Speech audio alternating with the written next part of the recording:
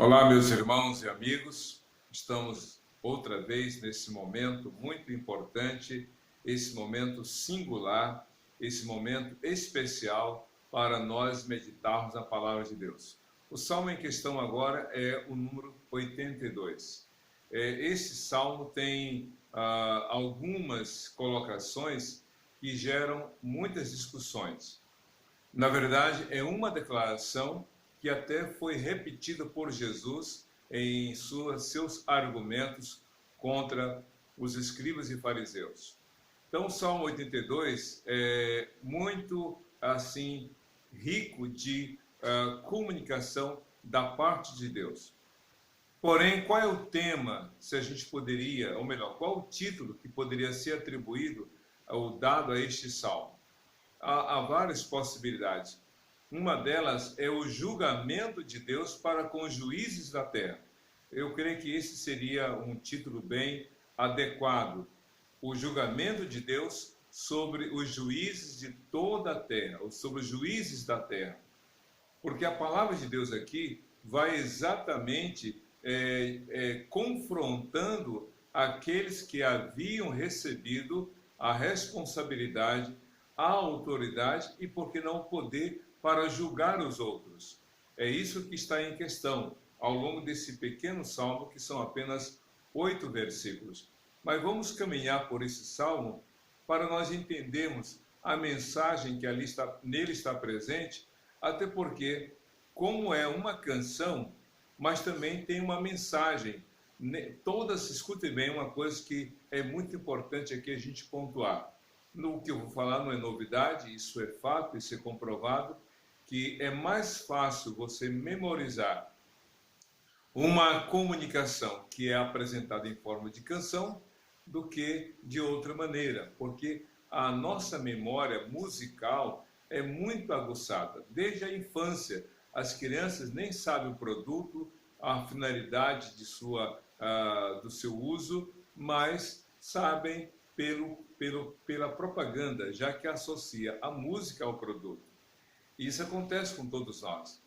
E como os salmos são canções de louvor a Deus, Deus apresenta neste salmo, como em todos os outros, mensagens para a nossa vida, para a sua, para a minha, para a vida de todas as pessoas, em todos os lugares, em todos os tempos, porque a palavra de Deus é atemporal, não se limita a uma ocasião, ela é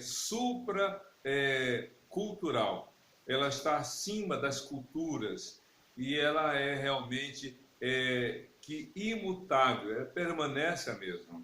Pois bem, com essas convicções, vamos ler o primeiro versículo do Salmo 82, que diz assim: é Deus quem preside a Assembleia Divina, no meio dos deuses ele é o juiz. Aqui já mostra de forma muito clara e precisa qual é o tema que aqui vai discorrer o Salmo, falando de Deus como supremo juiz. E aqui uma coisa muito interessante, é Deus quem preside a Assembleia Divina. Você sabe que nas assembleias das organizações são tanto as assembleias chamadas inspirativas e as assembleias deliberativas. Isso principalmente na Convenção Batista Brasileira, que tem as assembleias inspirativas, onde acontecem os cultos, as celebrações, as falas, os testemunhos, a mensagem, e nas sessões, nas sessões inspirativas e nas sessões deliberativas. Nas sessões deliberativas, o estatuto, as regras parlamentares, as propostas, o apoio e tudo mais, as emendas substitutivas, de supressão, de acréscimo. Então, nas sessões deliberativas, as decisões são tomadas de acordo com as leis. E aqui, então, no Salmo 82, o salmista, a família de Asaf, escreve como é que Deus age. É Deus quem preside a Assembleia Divina. Deus chama os anjos, os convoca, os coloca numa posição para que sejam todos ouvintes daquilo que ele tem a dizer. Lembra de Jó capítulo 1, como também no capítulo 2, que Deus, de tempos em tempos, chamava os anjos para um momento de apresentar algumas questões? Deus faz isso. E diz o texto aqui, na Assembleia Divina, ou seja, Deus preside os céus, a sua glória eterna. Mas o texto também coloca algo muito interessante. Diz aqui, no meio dos deuses, ele é o juiz. No meio dos deuses, ele julga. Você já parou para ver como é que Deus faz? Ele julga. E diz o texto, no meio dos deuses, ele é o juiz. Esses deuses aqui é o que gera muita discussão. De que o texto, ou de quem o texto está falando? Alguns dizem que essa palavra Deus está se referindo aos falsos ídolos, de que ele é o Senhor e se sobrepõe a esses falsos ídolos que nada podem fazer, porque são apenas objetos de pau e pedra e metais preciosos. Mas, por outro lado, esses deuses aqui podem estar se referindo aos líderes, aos governantes, aos juízes que tinham a responsabilidade de julgar as demandas dos povos, do seu povo, daquele monarca, daquele rei, daquele governante.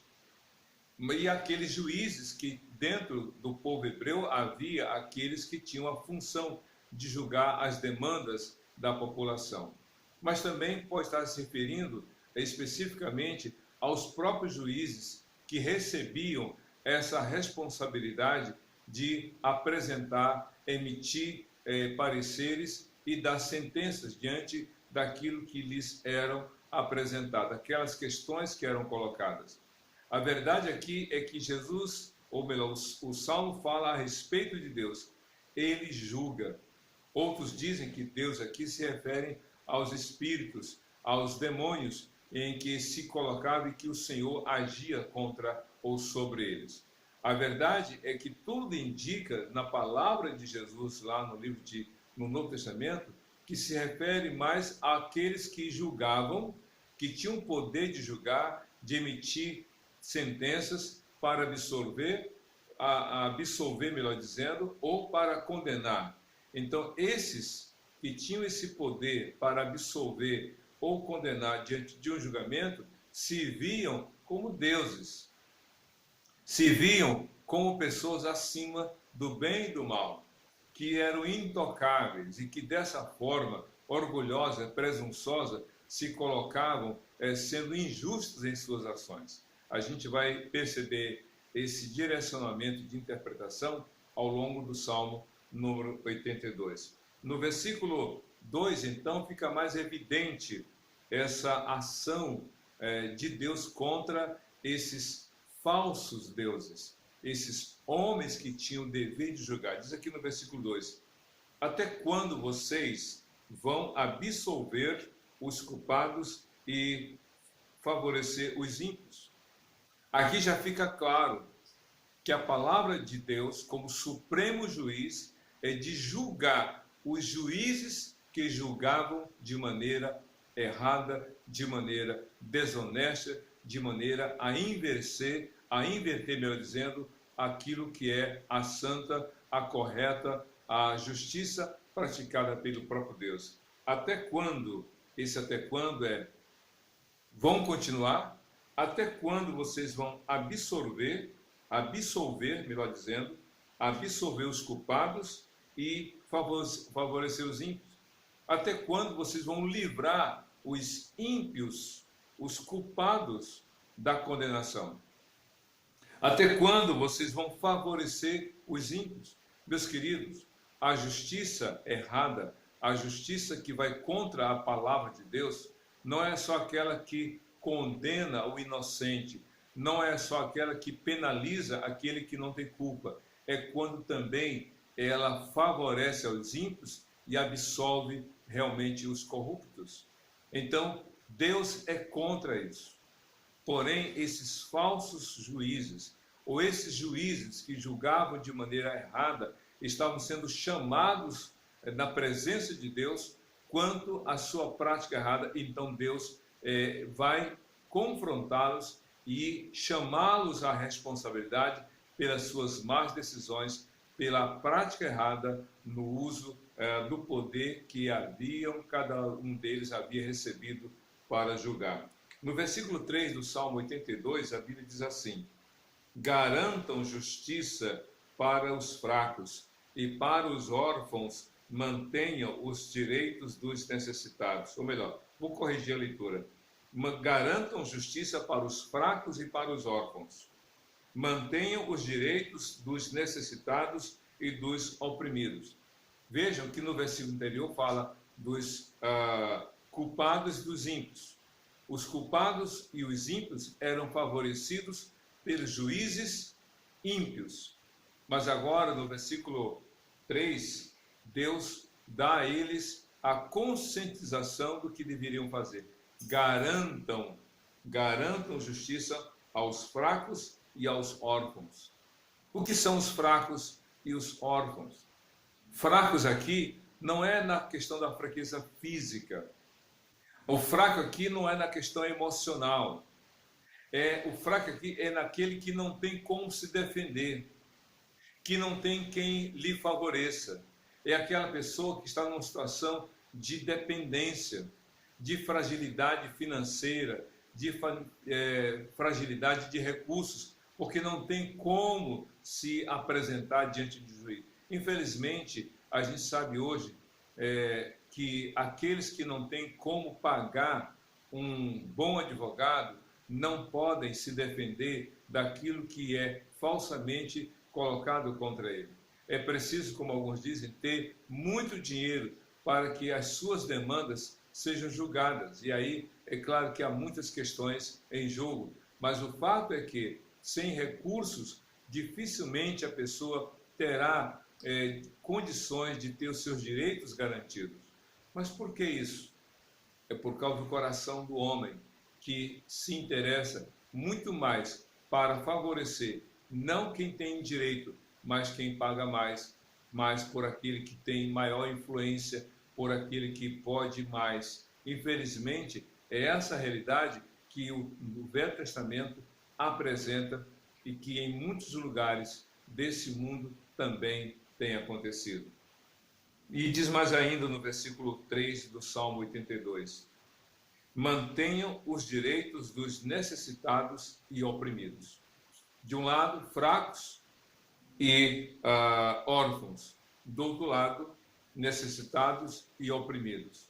Os órfãos eram pessoas carentes, que não podiam contar nem com recurso, nem com a defesa dos seus pais familiares.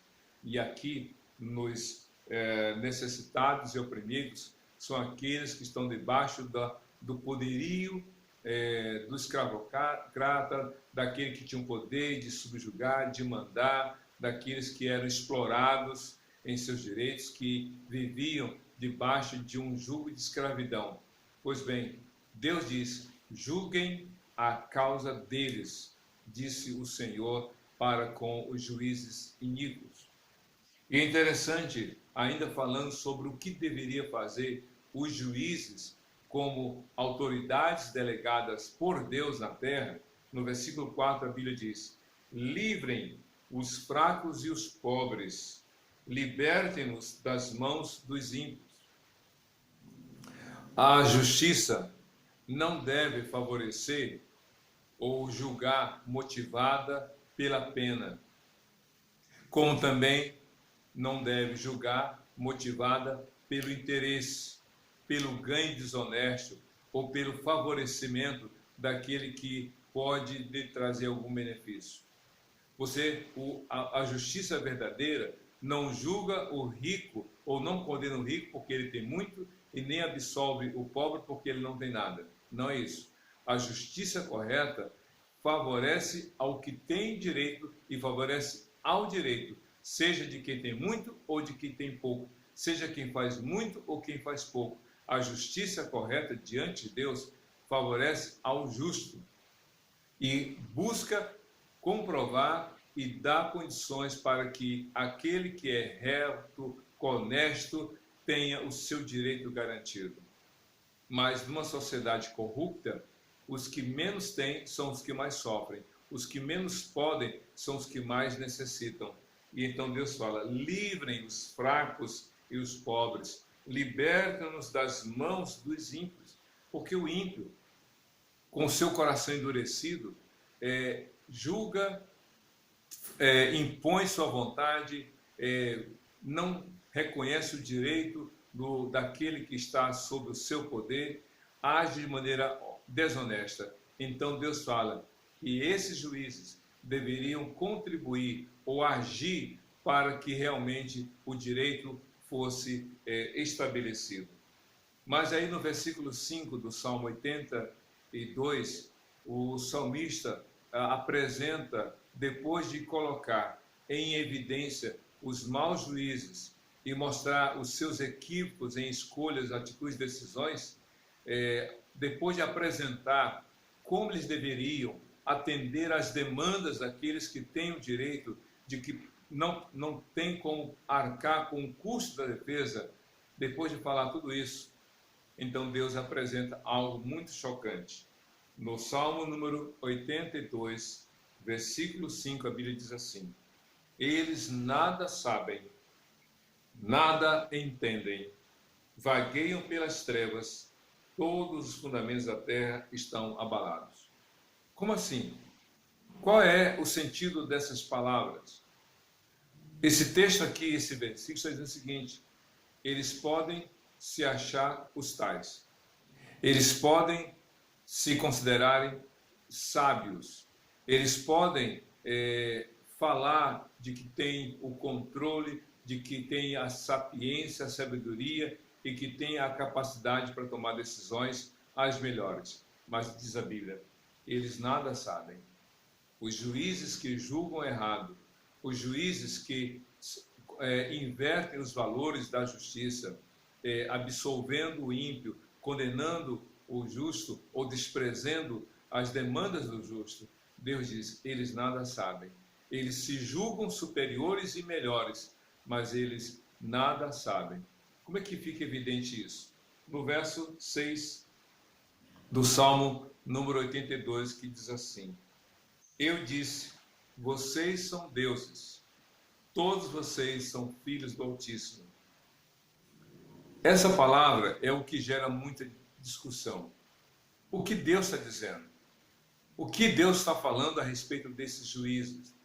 Quando a Bíblia fala, o próprio Deus fala, eu disse, vocês são deuses, vocês são filhos do Altíssimo, está falando aqui da responsabilidade, da obrigatoriedade que os juízes, os líderes, os governantes tinham de agir de acordo com o próprio Senhor.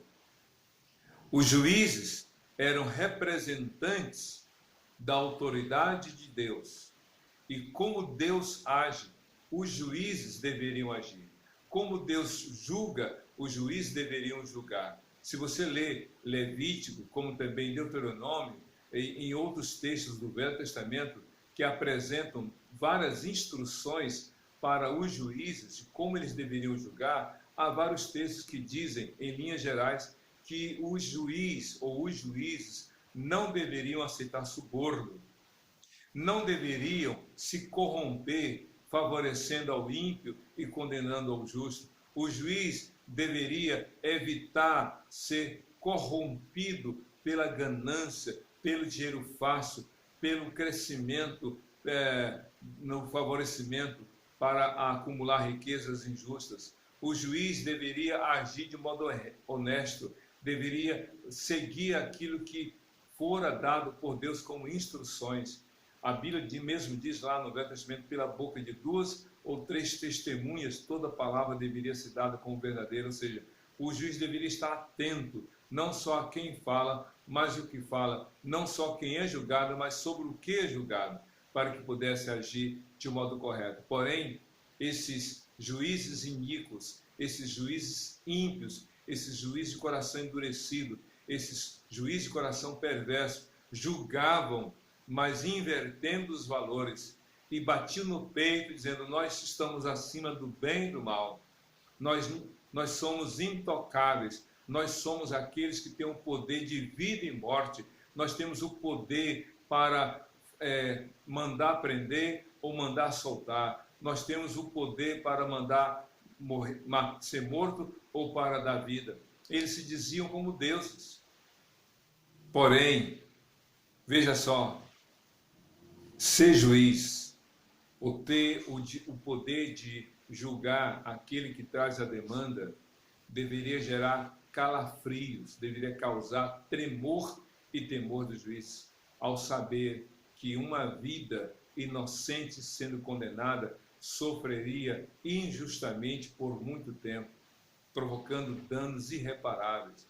O juiz deveria ter consciência de que, absolvendo o culpado, esse iria cometer mais crimes e outras vítimas dos seus maus atos poderiam surgir. O juiz deveria ter no seu coração realmente a balança que vem da palavra de Deus, pesando em seu coração o direito, a justiça, aquilo que Deus realmente ensina. Porém, diz aqui no versículo 7 do Salmo 82, mas vocês morrerão como simples homens, cairão como qualquer outro governante. No passado, os reis, principalmente, tinham 3 poderes em suas mãos. O rei detinha 3 poderes. O poder legislativo, de criar leis, baixar decretos, dizer assim, a partir de hoje tem que acontecer. Dario baixou um decreto, durante 30 dias ninguém pode orar a não ser a mim. Nabucodonosor baixou um decreto, uma lei, durante essa canção ninguém deve se dobrar a não ser diante da estátua que eu fiz. E vários outros, como o próprio Herodes, baixou um decreto ordenando a morte de todos os bebês de 2 anos para baixo, porque ele queria matar o Filho de Deus, o Senhor Jesus, mas Deus impediu. Pois bem, a Bíblia fala que havia o poder de realmente criar leis. Mas o outro poder que o rei tinha, além do poder legislativo, era o poder executivo. Ele criava a lei e mandava a lei ser cumprida. Eu decreto e eu ordeno que se cumpra. Joguem Misael, Ananias e Azarias na fornalha. Joguem Daniel na cova dos leões. E assim por diante. O rei tinha o poder de executar. Ele tinha o poder de criar as leis, mas também tinha o poder de executar. E por fim, o terceiro poder que o rei detinha naquela época do Velho Testamento era o poder de julgar se a lei estava sendo cumprida ou não, e dependendo do seu humor, o rei poderia condenar o inocente e culpar e absolver realmente, condenar o inocente e absolver o culpado.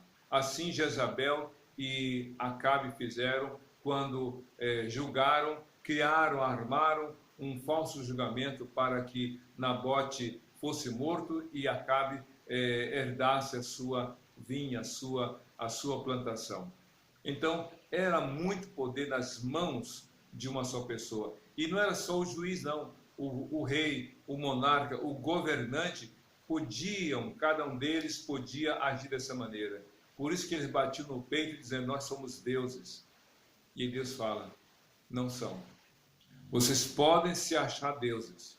Vocês podem pensar que são deuses. Vocês podem olhar no espelho e bater no peito dizendo, eu sou o juiz, todos dependem de mim. Mas aí Deus fala, vocês morrerão como simples homens, não passam de homens. Vocês se julgam deuses, superiores aos demais, mas para mim são homens, e como homens vocês vão morrer. Em outras palavras, meu querido, os reinos deste mundo passam. As pessoas, por mais que elas queiram, não passam de criaturas.